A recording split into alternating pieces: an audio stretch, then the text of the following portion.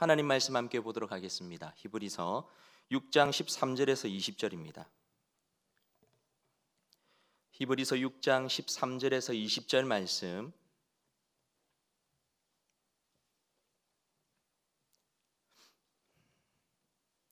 히브리서 6장 13절에서 20절 말씀 우리 다 함께 한 목소리로 합독하도록 하겠습니다.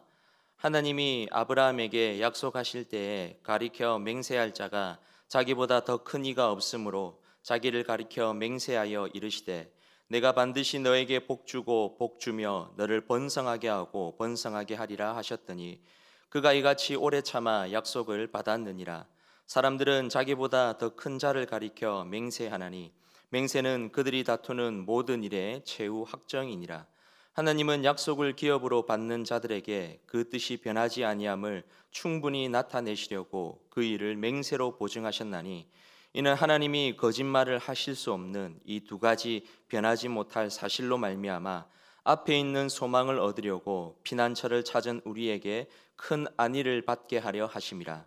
우리가 이 소망을 가지고 있는 것은 영혼의 닷 같아서 튼튼하고 견고하여 휘장 안에 들어가나니 그리로 앞서가신 예수께서 멜기세덱의 반차를 따라 영원히 대제사장이 되어 우리를 위하여 들어가셨느니라. 아멘. 우리 옆에 계신 분들과 인사하겠습니다. 사랑하고 축복합니다. 네, 오늘 이 저녁에는요, 주님을 향한 세 가지 간구라는 제목으로 여러분들에게 말씀을 전하고자 합니다. 여러분 몇 가지 간구라고 말씀드렸죠? 네, 세 가지입니다.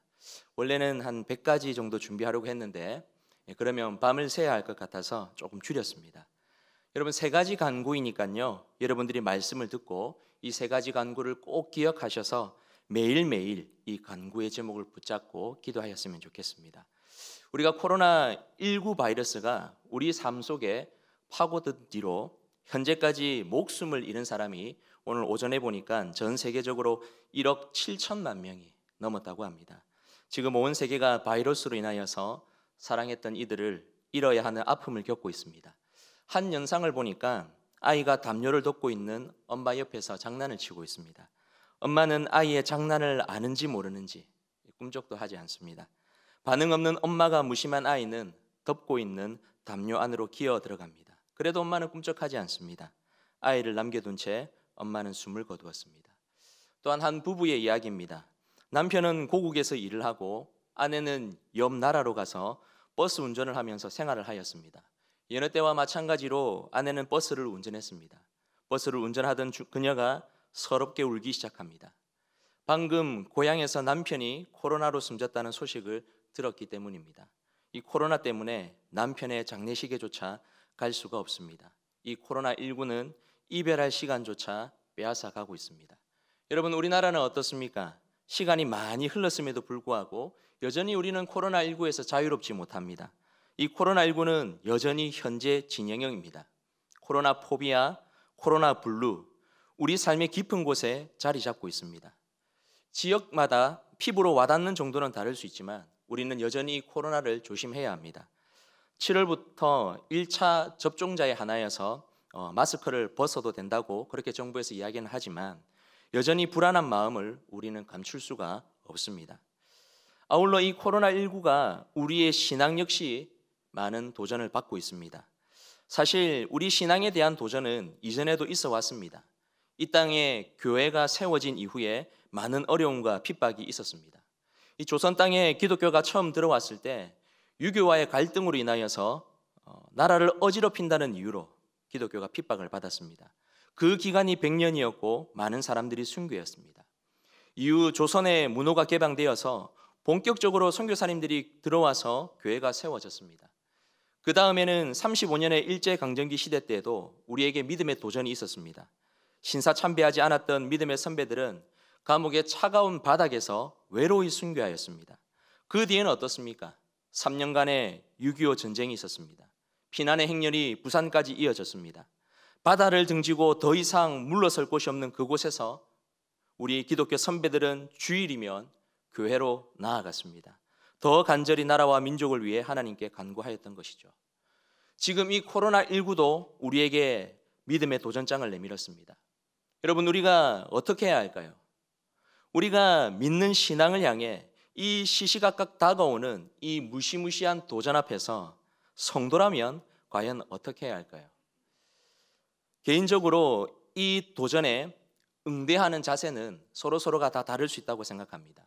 예를 들면 지금은 교회에 나올 수 없는 상황이기 때문에 각 가정에서 영상 예배를 드리는 것이 한시적인 측면에서는 또 하나의 지혜로운 결정이라고 생각은 되어집니다. 그러나 이것이 절대적인 해결책은 될 수가 없습니다. 시간이 지나면서 코로나19에 대응하는 이 자세가 시시각각 변합니다. 하지만 여러분, 우리의 눈에 보이든지 보이지 않든지 그 어떤 환난과 핍박과 고난과 더 나아가서 예상하지 못했던 그 대재앙 속에서도 마땅히 성도로서 한 가지 해야 할 일이 있다면 그것은 바로 이 모든 상황들 가운데서 주님께 간구해야 한다는 것입니다. 여러분, 이 간구라는 것은 기도의 한 형태이지만 엄밀히 따지면 더욱더 구체적인 상황을 하나님께 요구하는 것입니다. 우리가 하나님께 간구해야 할 때 주의할 점이 있는데 그것은 간구의 형태가 무엇에 근거해야 되냐면 하나님의 약속에 근거해야 된다는 것입니다. 그리고 그 간구 자체가 하나님께 영광이 되어야 한다는 것입니다. 오늘 본문을 보시면 오늘 본문은 하나님의 약속을 보여줍니다. 더 나아가서 하나님의 약속을 하나님께서 맹세로 우리 가운데 확정하십니다. 그래서 이 저녁 이 시간에 오늘 본문의 말씀을 통해서 하나님께서 우리에게 확정한 이 맹세, 하나님께서 스스로 우리에게 맹세하여 주신 이 약속을 근거로 해서 기도의 제목을 삼고 함께 기도하고자 합니다. 여러분 한번 함께 따라해 주시겠습니까? 주님을 향한 첫 번째 간구입니다. 함께 한번 따라해 주십시오. 주여 내 인생의 복이 되소서. 여러분 오늘 본문은요 12절의 연장선입니다. 12절에 보시면 약속들을 기업으로 받는 자들을 이야기한 이후에 그리고 13절에 아브라함을 오늘 등장을 시키는데 아브라함은 이 약속들의 기업을 받은 자입니다. 이 약속을 할 때 13절에 하나님이 자기를 가리켜 맹세하셨다라고 말씀합니다. 하나님과 아브라함 사이에 약속을 맹세로 더욱더 확고하고 굳건하게 하셨음을 오늘 본문이 우리에게 보여주고 있습니다.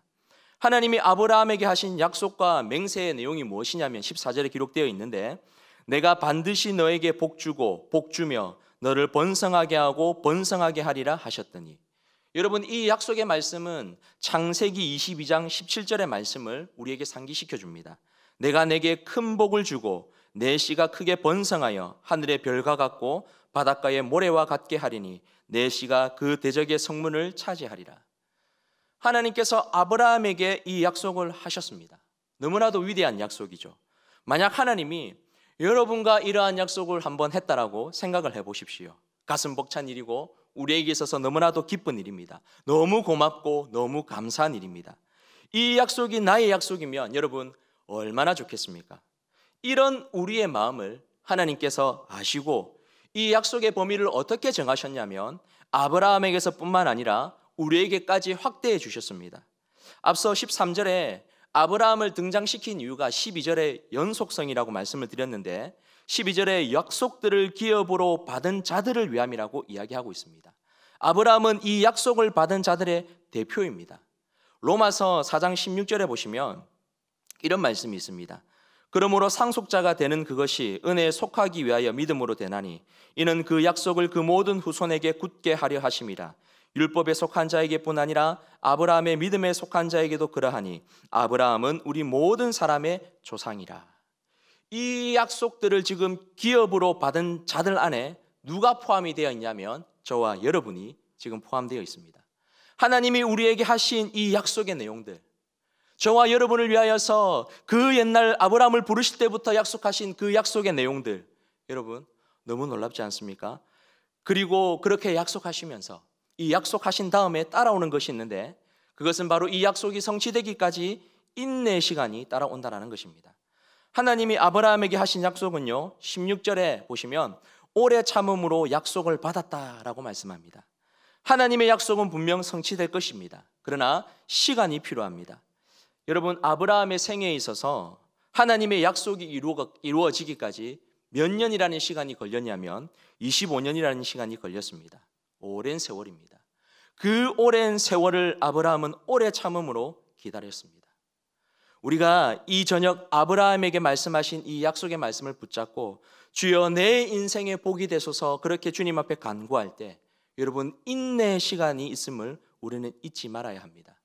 믿음의 조상들을 한번 보십시오. 아브라함은 이삭을 얻기까지 25년, 이삭은 야곱을 얻기까지 20년, 야곱이 집을 떠난 후에 삼촌 라반에 있는 하란에서 다시 돌아오기까지 20년, 요셉이 애굽에 팔려간 후 형들을 다시 만나는 시간까지는 22년, 그리고 이스라엘 백성들이 출애굽하기까지 애굽에서 종살이했던 시간이 400년, 출애굽 이후에는 가나안 땅에 도착하기까지 40년, 다윗이 기름 부음 받은 후 사울의 칼날을 피하고 왕이 되기까지 15년, 선지자 엘리야가 기도하고 비가 오기까지 3년 6개월, 남유다가 멸망한 후에 포로 귀환까지 70년, 포로 귀환한 후 예루살렘 성전을 다시 건축하기까지 22년, 말라기 시대 후 예수님께서 오시기까지 400년이라는 이 기나긴 시간, 여러분 성경은 우리에게 약속의 말씀을 주실 뿐만 아니라 그 약속을 성취하기까지 인내의 시간을 우리에게 함께 주십니다.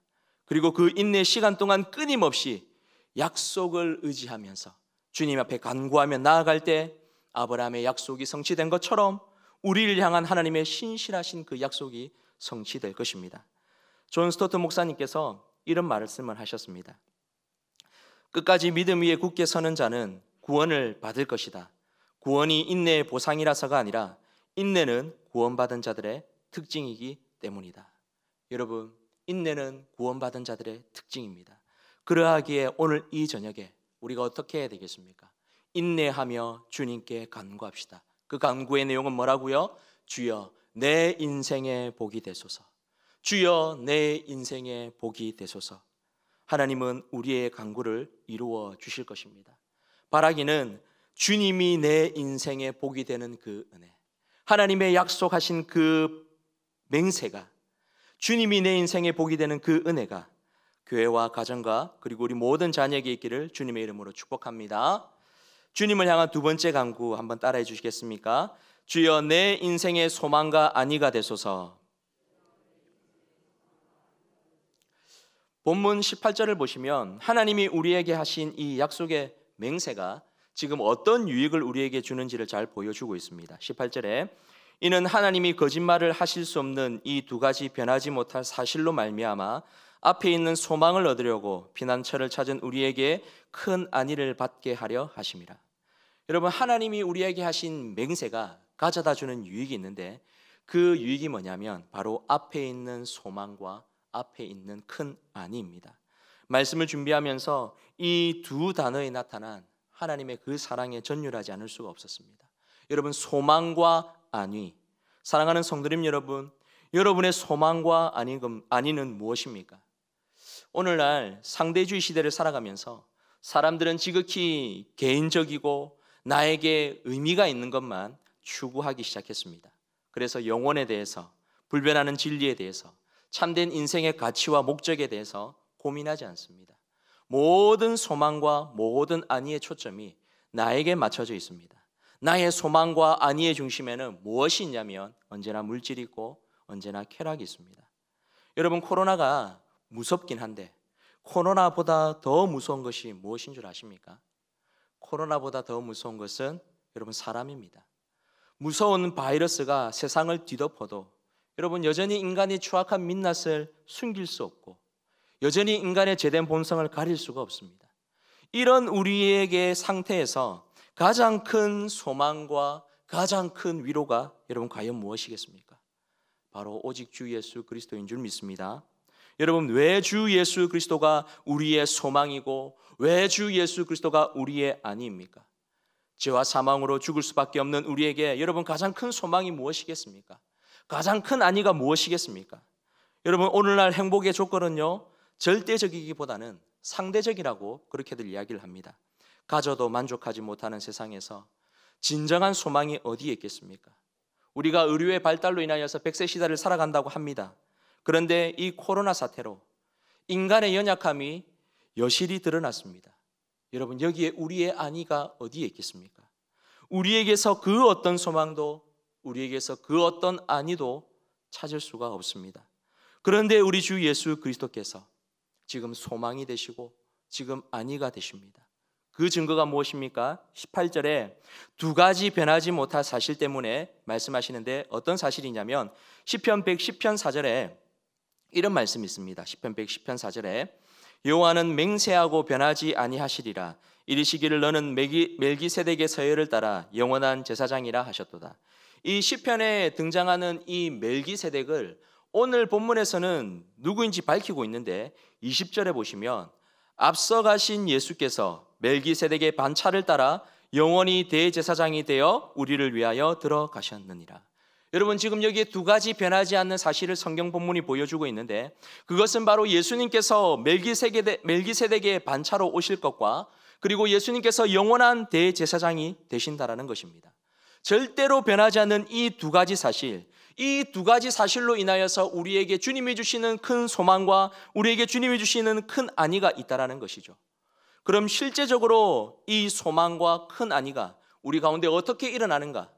20절에 보시면 앞서 가신이라는 이 단어가 있는데 19절에 보면 휘장 안으로 들어가나니라고 한 이후에 20절에 그리로 앞서 가신 예수께서라고 이어서 본문은 이야기합니다. 여기서 앞서 가다라는 것은 원어로 포로드로모스, 선발대를 의미합니다. 전쟁이 벌어지면 본대는 뒤에 있고 선발대가 먼저 들어가서 상황을 살피고 전쟁을 지금 시작합니다. 다시 말하면 우리가 지금 휘장 안으로 들어가야 하는데 우리에 앞서서 선발대로 예수님께서 들어가셨다라는 것입니다. 여러분, 구약의 성소에 들어갈 수 있는 것은 제사장만 들어갈 수 있었습니다. 특별히 지성소는 대제사장만 들어갈 수 있습니다. 이 대제사장만 들어갈 수 있는 이 지성소의 휘장을 선발대 대신 예수님께서 들어가시면서 찢으시고 우리로 하여금 그 성소 안에 들어가게 하신다라는 겁니다. 여러분, 그 성소 안에서 우리가 누리는 것이 무엇이겠습니까? 바로 하나님이 주시는 소망과 하나님이 주시는 안위를 예수님, 앞서가신 예수님 따라 들어가게 될 때 우리가 누리게 된다는 것이죠. 여러분, 가끔 그런 생각들을 해봅니다. 내가 지금 잘하고 있는 건가? 내가 지금 걷고 있는 이 길이 맞는 길인가?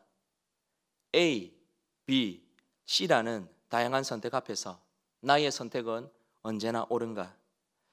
여러분, 출애굽 당시에 이스라엘 백성들도 이와 같은 생각을 아마 했을 것 같습니다. 사진 보여주시겠습니까?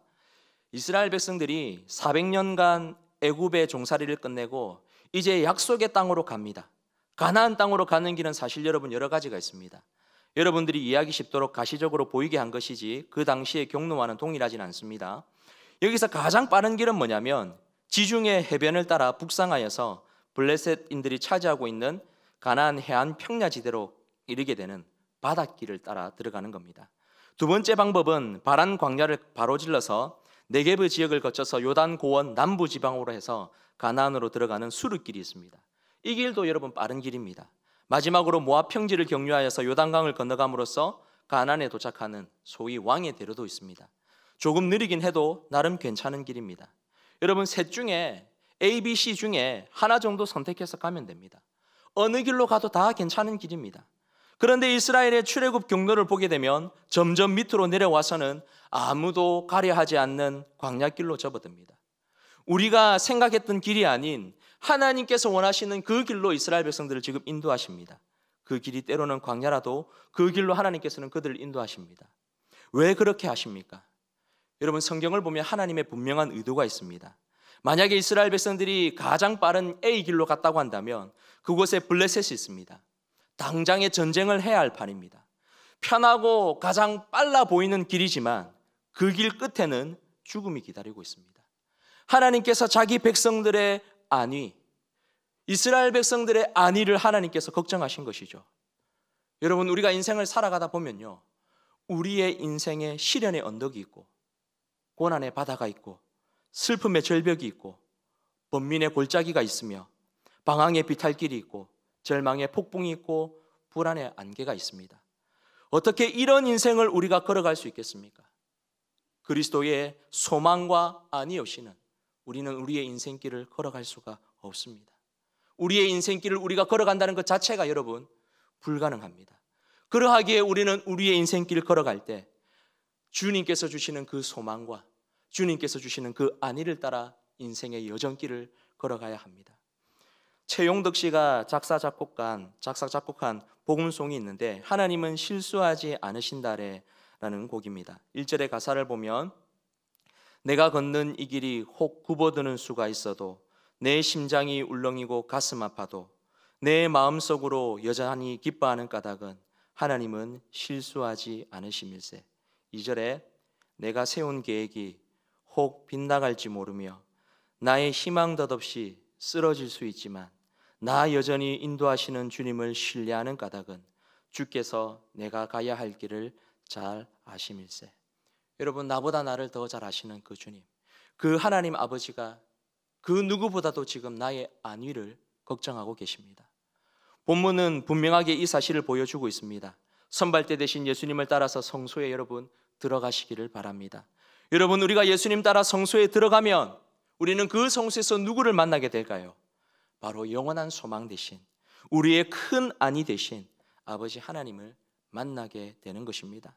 그러하기에 우리가 소망과 안위 되신 그 하나님을 향하여서 오늘 저녁에 이것을 기도 제목으로 삼고 함께 간구하길 원합니다. 주여, 내 인생의 소망과 안위가 되소서. 주여, 이 인생길에서 나는 어디로 가야 할지는 모르지만 앞서가신 예수님을 따라가게 될 때에 주님, 내 인생의 소망이 되시고 내 인생의 안위가 되어 주시옵소서. 여러분, 애끓는 심정으로 그렇게 간절히 간구할 때 주님 분명 우리 인생의 소망이 되시고 큰 안위가 되는 은혜가 있기를 주님의 이름으로 축복합니다. 마지막입니다. 함께 따라해 주시겠습니까? 주여, 내 영혼의 닻이 되소서. 여러분, 본문에서 보여주는 이 맹세의 또 다른 특징 가운데 하나가 뭐냐면 이 맹세는요, 일방적인 맹세라는 것입니다. 하나님이 아브라함과 약속하신 후에 맹세하실 때에 하나님의 그 맹세에 대하여서 아브라함도 맹세하였더라라는 말이 없습니다. 왜 그렇습니까? 16절에 보시면 사람들은 자기보다 더 큰 자를 가리켜 맹세한다고 말합니다. 그런데 하나님보다 여러분 더 큰 자가 있습니까? 하나님보다 큰 자는 없죠. 그래서 13절에 더 큰 이가 없으므로 자기를 가리켜 맹세하였다라고 하나님은 말씀합니다. 하나님께서 스스로 지금 맹세의 주체가 되셨습니다. 아마 여기 계신 분 중에 하나님이 아브라함과 지금 맹세하시면서 하나님이 이 맹세는 거짓말일 거야, 아마 잘못된 맹세일 거야, 시간이 지나면 아마 바뀔 거야 라고 생각하시는 분은 아마도 없을 것입니다. 왜 그렇습니까? 맹세의 주체이신 하나님이 어떤 분인지 우리는 너무나도 잘 알고 있기 때문입니다. 오늘 본문 17절에 보시면 하나님은 약속을 받은 자들에게 그 뜻이 변하지 아니함을 충분히 나타내시려고 그 일을 맹세로 보증하셨나니 말씀합니다. 여러분, 여기서 변하지 아니함, 이 말은 불변하다라는 것인데 원어로는 아메타테톤이라는 단어를 사용합니다. 이것은 폐지될 수 없는 조건, 그리고 상태를 언급하면서 고대 세계의 유언과 혹은 계약을 작성할 때 사용하는 단어입니다.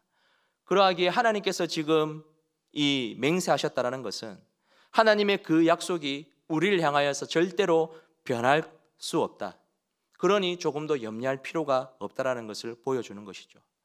거짓이 없으신 그 하나님께서 지금 자신께서 하신 이 약속을 맹세하심으로 우리에게 이루어 가겠다라고, 신실하게 이루어 가겠다라고 약속하시고 계십니다.